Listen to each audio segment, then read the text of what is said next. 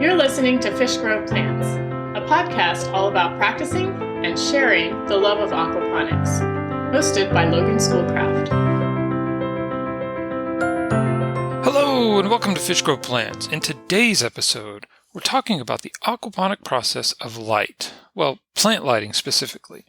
To start with, I'm reminded of what is probably my best long-term growing plant ever, an aloe. And I don't do anything special with it at all. It lives inside the house and only gets bad room light and mixed sunlight depending on the season. I've moved with this plant and moved it several times within the house. It's incredible, and it serves as a great example of what a plant needs, namely light in this context. What blows me away is that the aloe is so forgiving and resilient when it comes to its light requirements. I guess most plants have a range of tolerances for light requirements, but this aloe has shown me that to get the best out of your plant, you want to find what works best for the plant and your growing circumstances. A bad example to counter the aloe one is my potted rosemary plant. Unlike the aloe, the rosemary seems to crave the light. It does this so much that I have to routinely rotate the plant because it's leaning and stretching so much for light. When the aloe looks strong and healthy, the rosemary looks like it spent its entire life doing nothing but reaching for more. Don't get me wrong, the rosemary looks fine, but it's still craving more. Sadly, I can't really offer it more, so I just try to stay on top of rotating it so it looks more normal than abnormal. So, what does all this talk of my plants really mean? Well, nothing, I guess, other than an introduction into the importance of light on growing your plants.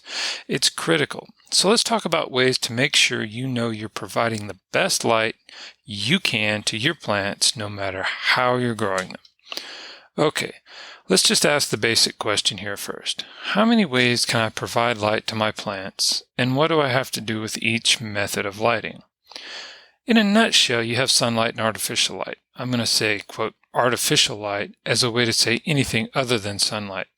This could include incandescent bulbs, fluorescent bulbs, LEDs, and more.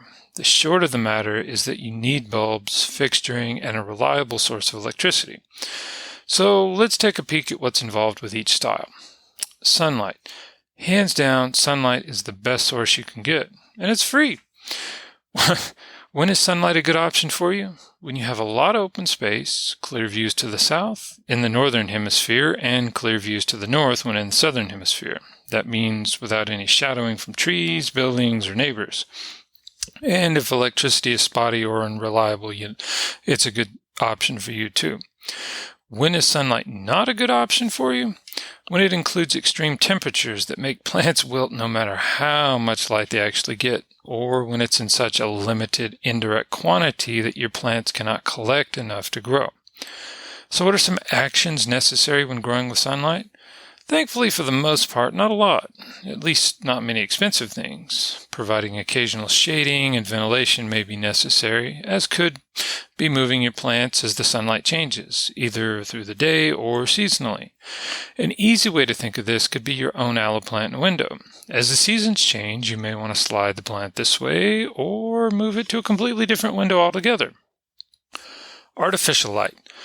Non-sunlight alternatives come in many forms to meet a variety of grower needs, and I won't pretend to know all there is about the plethora of options here, but I will share a bit of my advice with the LED types. As I mentioned earlier, if you use artificial light, you'll need a bulb, fixture, and electricity. From my experience, the LED bulb and fixtures have come integrated, but getting a handy hanging point or method is completely up to the user, as is getting electricity to reach the location you want. The electricity requirement is one reason I went with LEDs. Not only are they a great low heat option for my hot area of the world, but they use less electricity than other options and have a super long life. I won't go into the minutiae of computing lifespan electrical cost versus upfront unit cost, but the takeaway to me was that I knew the unit cost now, but could only guess that electricity prices would be going up and up and up in the future. So being able to save on the ongoing electrical cost was a plus to me. I guess I'll be the elephant in the room and say artificial light is usually an indoor application. I have neither seen nor heard of anyone using them outside.